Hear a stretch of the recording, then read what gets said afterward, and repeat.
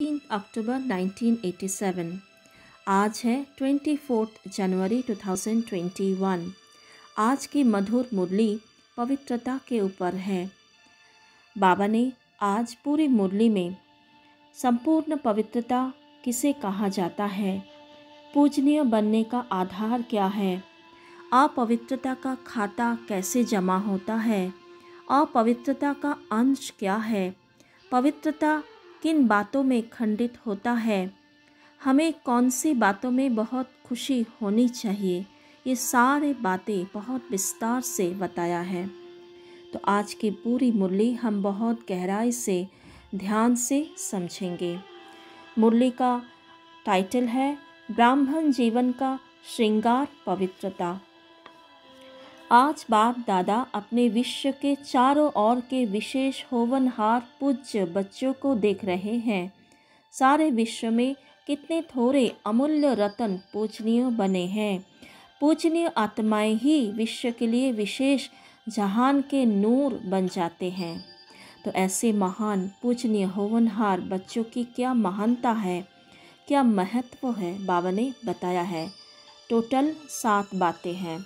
बाबा ने कहा, पहली बात, विश्व के अंदर पूजनीय जहान के नूर आप श्रेष्ठ आत्माएं नहीं तो विश्व का भी महत्व नहीं। सेकंड पॉइंट, स्वर्ण युग व आदि युग व सतो प्रधान युग, नया संसार अब विशेष आत्माओं से आरंभ होता है। थर्ड पॉइंट, नए विश्व के आधार मूर्त पूजनीय आत्माएं आप हो। फोर्थ पॉइंट, आप पूज्य आत्माएं संसार के लिए नई रोशनी हो। फिफ्थ पॉइंट, आपकी चढ़ती कला विश्व को श्रेष्ठ कला में लाने की निमित्त बनती है। सिक्स्थ पॉइंट, आप गिरती कला में आते हो तो संसार की भी गिरती कला होती है। सेवन्थ पॉइंट, आप परिवर्तन होते हो तो विश्व भी परिवर्तन होता है। तो हम ब्राह्मण बच्चे कितने महान हैं। हमारी उन्नति अर्थात पूरे संसार की आत्माओं की उन्नति, हमारी गिरना अर्थात पूरे संसार का गिरना, हमारा परिवर्तन होना अर्थात पूरा विश्व की आत्माओं का परिवर्तन होना। तो आज बाबा ने संपूर्ण पवित्रता के बारे में भी कहा है। 6 बातें हैं। बाबा ने कहा, मन, वाणी, कर्म, कर्म में संबंध संपर्क आ जाता है और सपन में भी पवित्रता, इसको कहते हैं संपूर्ण पवित्रता। सेकंड पॉइंट, बाबा ने कहा, उन्हों की चारों प्रकार की पवित्रता स्वाभाविक, सहज और सदा होगी। अर्थात मन, वाणी, कर्म, सपन में भी पवित्रता स्वाभाविक, सहज, सदा होगी। थर्ड पॉइंट, उनको सोचना नहीं पड़ेगा लेकिन पवित्रता की धारणा स्वतः यथार्थ संकल्प, बोल, कर्म और स्वप्न लाती है। नेक्स्ट पॉइंट, ऐसी पवित्र आत्मा सदा हर कर्म में अर्थात दिनचर्या में यथार्थ युक्ति युक्त रहती है। फिफ्थ पॉइंट, बाबा ने कहा, यथार्थ का मीनिंग क्या है। यथार्थ अर्थात एक तो युक्ति युक्त, दूसरा यथार्थ अर्थात हर संकल्प में अर्थ होगा, बिना अर्थ नहीं होगा। ऐसे नहीं कि ऐसे ही बोल दिया, निकल गया, कर लिया, हो गया। यथार्थ अर्थात युक्ति युक्त और अर्थ सहित, मीनिंगफुल। सिक्स्थ पॉइंट, बाबा ने कहा, इसलिए पूजा भी उनके हर कर्म की होती है अर्थात पूरे दिनचर्या की होती है। उठने से लेकर सोने तक भिन्न भिन्न कर्म के दर्शन होते हैं। तो ऐसे संपूर्ण पवित्र आत्माओं की पूरी दिनचर्या की पूजा होते हैं। उठने से लेकर सोने तक हर कर्म की पूजा होता है, दर्शन होता है। तो आज बाबा ने पूजनीय बनने का आधार क्या है बताते हैं। फर्स्ट पॉइंट, बाप दादा ने कहा, पूजनीय बनने का विशेष आधार पवित्रता के ऊपर है। जितना सर्व प्रकार की पवित्रता को अपनाते हैं उतना ही सर्व प्रकार के पूजनीय बनते हैं। सेकंड पॉइंट, बाबा ने कहा, जो आत्माएं सहज स्वतः हर संकल्प में, बोल में, कर्म में सर्व अर्थात ज्ञानी अज्ञानी आत्माएं सर्व के संपर्क में सदा पवित्र वृत्ति, दृष्टि, वाइब्रेशन से यथार्थ संपर्क संबंध निभाते हैं, इसको ही सर्व प्रकार की पवित्रता कहते हैं। तो हर संकल्प में, बोल में, कर्म में हर एक आत्मा के प्रति दृष्टि, वृत्ति, वाइब्रेशन सभी कुछ पवित्र होना है। तो इसी को सर्व प्रकार की पवित्रता कहा जाता है। फिर बाबा ने कहा थर्ड पॉइंट, जो निरंतर विधि पूर्वक आदि अनादि विशेष गुण के रूप से पवित्रता को सहज अपनाते हैं, वही विधि पूर्वक पूज्य बनते हैं। फोर्थ पॉइंट, स्वपन में भी स्वयं के प्रति व अन्य कोई आत्मा के प्रति सर्व प्रकार की पवित्रता में से कोई भी कमी ना हो। वृत्ति, दृष्टि, वाइब्रेशन में भी कमी ना हो। संपर्क, बोल, कर्म में ज्ञानी अज्ञानी आत्माएं के प्रति कोई भी कमी ना हो, तो तभी वो विधि पूर्वक पूजनीय बनते हैं। नेक्स्ट पॉइंट, बाबा ने अपवित्रता के बारे में कहा है। अपवित्रता का खाता भी बनता है और अपवित्रता की अंश क्या है वो भी बताते हैं बाप दादा ने। तो पहले देखते हैं अपवित्रता का खाता कैसे बनते हैं। टोटल 4 बातें हैं। बाबा ने कहा कई बच्चे अलबेलेपन में आने के कारण चाहे बड़ों को चाहे छोटों को इस बात में चलाने की कोशिश करते हैं। सेकंड पॉइंट, मेरा भाव बहुत अच्छा है लेकिन बोल निकल गया, व मेरी एम अर्थात लक्ष्य ऐसे नहीं थी लेकिन हो गया। थर्ड पॉइंट, या कहते हैं कि हंसी मजाक में कह दिया अथवा कर लिया।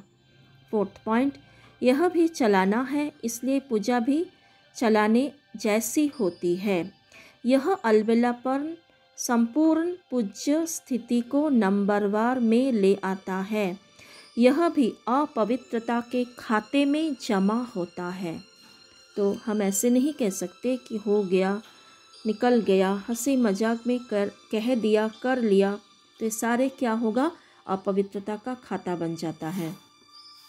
फिर बाबा ने अपवित्रता का अंश किसको कहा जाता है वो बताते हैं। फर्स्ट पॉइंट है, बाबा ने कहा विधि पूर्वक ना चलना। सेकंड पॉइंट, कोई भी दिनचर्या में ऊपर नीचे होना, यह भी अपवित्रता के अंश में गिनती होता। थर्ड पॉइंट, आलस्य और अलबेलापन भी विकार है। फोर्थ पॉइंट, जो यथार्थ कर्म नहीं है वह विकार है। तो ये हमारा चेकिंग भी है, कितना हम आलस्य अलबेलापन के वशीभूत होकर कर्म करते हैं, विधि पूर्वक नहीं चलते हैं, दिनचर्या कितना ऊपर नीचे होता है, अमृत वेला ठीक होता है या नहीं होता है, नुमा शाम ठीक होता है नहीं होता है, पूरे दिन की जो ट्रैफिक कंट्रोल, बीच बीच में बाबा को याद करना, ये ठीक तरह से होती है या नहीं होता है, ये सारे हमारा अपवित्रता का अंश इसके ऊपर डिपेंडेंट है। तो फिर बाबा ने आज पवित्रता कैसे खंडित होता है इसके बारे में भी बताया है। फर्स्ट पॉइंट, बाबा ने कहा स्वपन में भी ब्रह्मचर्य खंडित होता है, तो अपवित्रता अर्थात पवित्रता खंडित हो गया। सेकंड पॉइंट, किसी आत्मा के प्रति किसी भी प्रकार की ईर्ष्या व आवेश के वश कर्म होता या बोल निकलता है। थर्ड पॉइंट, क्रोध के अंश रूप में भी व्यवहार होता है, तो इसको भी पवित्रता का खंडन माना जाएगा। फोर्थ पॉइंट, जब स्वपन का भी प्रभाव पड़ता है तो साकार में किए हुए कर्म का कितना प्रभाव पड़ता होगा। तो स्वपन में भी ब्रह्मचर्य खंडित ना होनी चाहिए, किसी भी प्रकार की ईर्ष्या, आवेश अर्थात जोश में बोल या कर्म नहीं होना चाहिए। क्रोध का अंश भी अर्थात चेहरे में भी नहीं आना चाहिए, क्रोध आँखों में भी नहीं आना चाहिए, तो भी वो पवित्रता का खंडन हो जाता है। और सपन में भी अपवित्रता का कोई भी बातें नहीं होना चाहिए। तो बहुत गहरी परिभाषा है पवित्रता की। आज बाबा ने खुशी हमें किन किन बातों में होनी चाहिए वो बताया है पूरी मुरली में। बाबा ने कहा फर्स्ट पॉइंट, भाग्य विधाता ही हमारा बाप है, ऐसा नशा है ना, जिसका नाम ही भाग्य विधाता है उसका भाग्य क्या होगा। सेकंड पॉइंट, सदा यह खुशी रहे कि भाग्य तो हमारा जन्म सिद्ध अधिकार हो गया। बाप के पास जो भी प्रॉपर्टी होती है बच्चे उसके अधिकारी होते हैं, अर्थात बाबा हमारा हो गया तो बाबा का जो भी प्रॉपर्टी है सब हमारा है। थर्ड पॉइंट है, उस खजाने पर आपका अधिकार हो गया तो सदैव वाह मेरा भाग्य और भाग्य विधाता बाप, यही गीत गाते खुशी में उड़ते रहो। तो क्या गीत गाना है? वाह मेरा भाग्य और वाह मेरा भाग्य विधाता बाप। फोर्थ पॉइंट, जिसको मन की खुशी मिल गई उसे सर्व प्राप्तियाँ हो गई। कार तो क्या, लेकिन कारून का खजाना मिल गया। फिफ्थ पॉइंट, सदा अविनाशी खजाने की खुशियों में रहो जो अब भी है और साथ में भी चलेगा। अर्थात संगम युग पर भी हमें खुशियाँ मिलती है और वो 21 जन्मों तक ये खुशियाँ हमारे साथ रहेंगी। 7 पॉइंट, बाबा ने कहा यह अविनाशी खजाना अनेक जन्म साथ रहेगा, कोई छीन नहीं सकता, कोई लूट नहीं सकता। स्वयं भी अमर बन गए और खजाने भी अविनाशी मिल गए। नेक्स्ट पॉइंट 8 पॉइंट, जहाँ कोई इच्छा नहीं, इच्छा मात्रम अविद्या है, ऐसा श्रेष्ठ भाग्य विधाता बाप द्वारा प्राप्त हो गया। तो इन सभी बातों को नोट करके हमें निरंतर खुशी में रहना है। आज का वरदान है, बाबा ने कहा कर्म द्वारा गुणों को दान करने वाले डबल लाइट फरिश्ता भव। तो फरिश्ता बनने के लिए बाबा ने टोटल 7 बातें बताया है। बाबा ने कहा फर्स्ट पॉइंट, कर्मना द्वारा गुणों का दान करते हैं जो फरिश्ते हैं वो। सेकंड पॉइंट, उनकी चलन और चेहरा दोनों ही फरिश्ते की तरफ दिखाई देते हैं, चलन और चेहरा। थर्ड पॉइंट, वे डबल लाइट अर्थात प्रकाशमय और हल्केपन की अनुभूति करते हैं। फोर्थ पॉइंट, उन्हें कोई भी बोझ महसूस नहीं होता है, अर्थात जिम्मेदारी का भी बोझ नहीं होगा और कोई भी कार्य की भारीपन मन में नहीं होगा। फिफ्थ पॉइंट, हर कर्म में मदद की महसूसता होती है। सिक्स्थ पॉइंट, जैसे कोई शक्ति चला रही है। सेवन्थ पॉइंट, हर कर्म द्वारा महादानी बनने के कारण उन्हें सर्व के आशीर्वाद व सर्व के वरदानों की प्राप्ति का अनुभव होता है। हर कर्म में लाइट रहते हैं, हल्का रहते हैं तो खुश रहते हैं और हर कर्म में सबको सहयोग भी देते हैं, गुणों का दान करते हैं तो सभी का आशीर्वाद प्राप्त हो जाता है, वरदान प्राप्त हो जाता है, तो वो डबल लाइट रहते हैं। ये 7 बातें बाबा ने डबल लाइट फरिश्ता बनने वाले आत्माओं के बारे में कहा है। आज का स्लोगन, सेवा में सफलता का सितारा बनो, कमज़ोर नहीं। ओम शांति। आज हम फरिश्ता बनकर बाप दादा से वरदान लेंगे।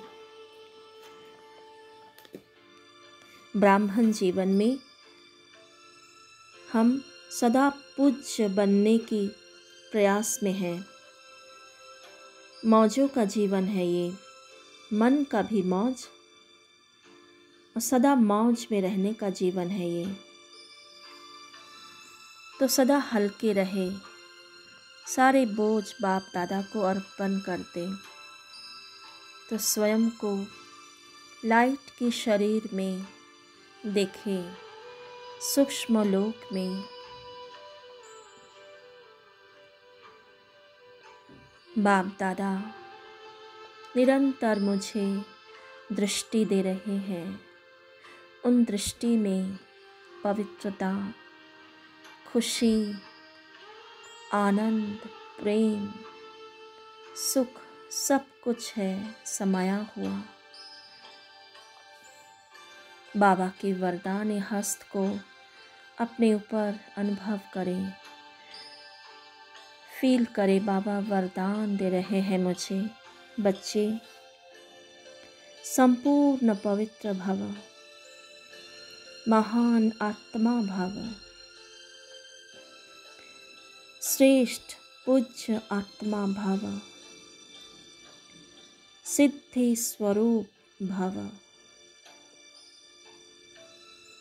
आप सृष्टि के आधार मूर्त आत्मा भव।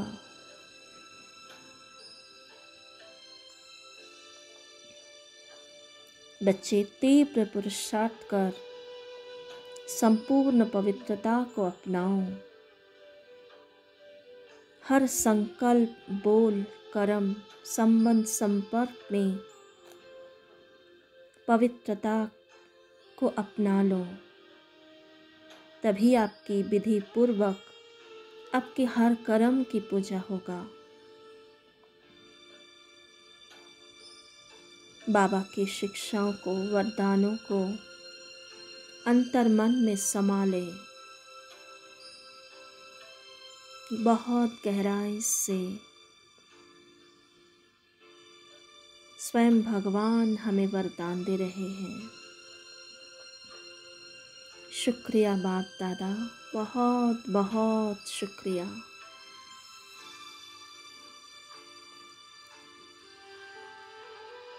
अनुभव करते जाए, निरंतर रूहानी दृष्टि लेते जाए, शक्तियों से भरपूर होकर मैं आत्मा साकार लोक में चलती हूँ।